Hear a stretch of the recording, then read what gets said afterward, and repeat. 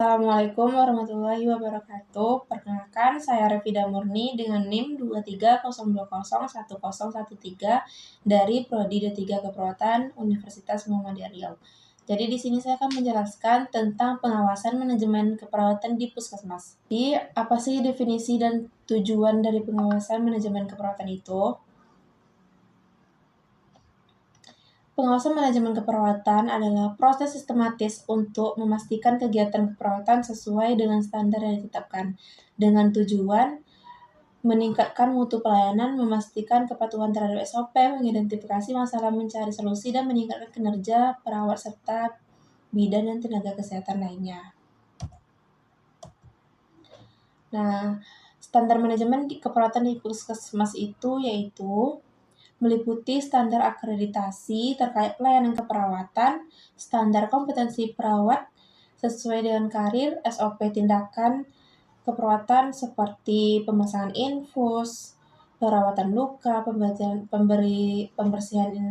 pemberian imunisasi, serta regulasi terkait seperti Permenkes nomor 75 tahun 2014 tentang puskesmas dan standar pelayanan minimal SPM bidang kesehatan. Proses pengawasan manajemen keperawatan di puskesmas meliputi perencanaan, yaitu menentukan fokus, tujuan, dan metode pengawasan. Yang kedua, pelaksanaan, yaitu observasi, wawancara, telaah dokumen, dan survei. Dan yang ketiga itu ada evaluasi, yaitu analisis data, identifikasi masalah, dan rekomendasi perbaikan. Dan yang terakhir itu tindak lanjut, yaitu implementasi, perbaikan, monitoring, serta evaluasi ulang. Kemudian instrumen pengawasan manajemen.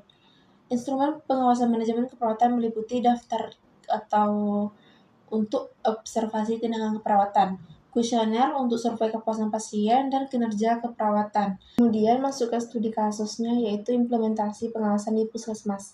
Contohnya, puskesmas F mengalami masalah kepatuhan cuci tangan rendah 40% dan dokumentasi asuhan keperawatan belum lengkap 60%. Intervensi yang dilakukan meliputi pelatihan cuci tangan, sosialisasi SOP, dokumentasi, dan pendampingan oleh kepala ruangan.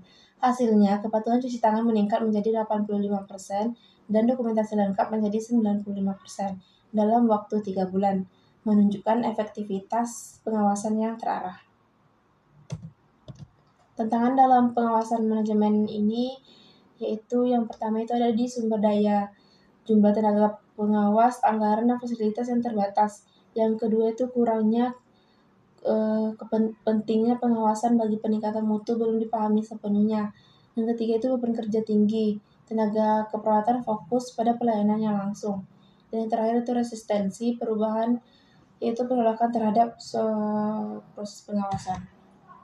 Bagian solusi dan rekomendasinya yaitu meningkatkan kapasitas pengawas melalui pelatihan, workshop, dan studi banding. Optimalisasi sumber daya melalui alokasi anggaran dan pemanfaatan teknologi informasi, sosialisasi, dan advokasi untuk meningkatkan pemahaman tentang pengawasan pemberdayaan tenaga keperawatan dengan melibatkan dalam proses pengawasan, serta pengembangan instrumen pengawasan yang sederhana dan efektif. Penggunaan teknologi dalam pengawasan. Penggunaan teknologi dalam pengawasan keperawatan meliputi sistem informasi keperawatan atau SIMK untuk pemantauan indikator mutu secara real time. Nah, di sini aplikasi mobile untuk checklist digital dan pelaporan insiden insight online. Contohnya penggunaan aplikasi untuk memantau pematuhan minum obat pasien TB. Kemudian kesimpulan yang dapat kita ambil pada PPT kali ini yaitu pengawasan manajemen keperawatan adalah investasi untuk masa depan. Implementasi pengawasan yang efektif membutuhkan komitmen dan kerjasama semua pihak. Dengan pengawasan yang baik, mutu pelayanan keperawatan di puskesmas dapat terus ditingkatkan, menghasilkan pelayanan yang lebih baik dan memuaskan bagi masyarakat.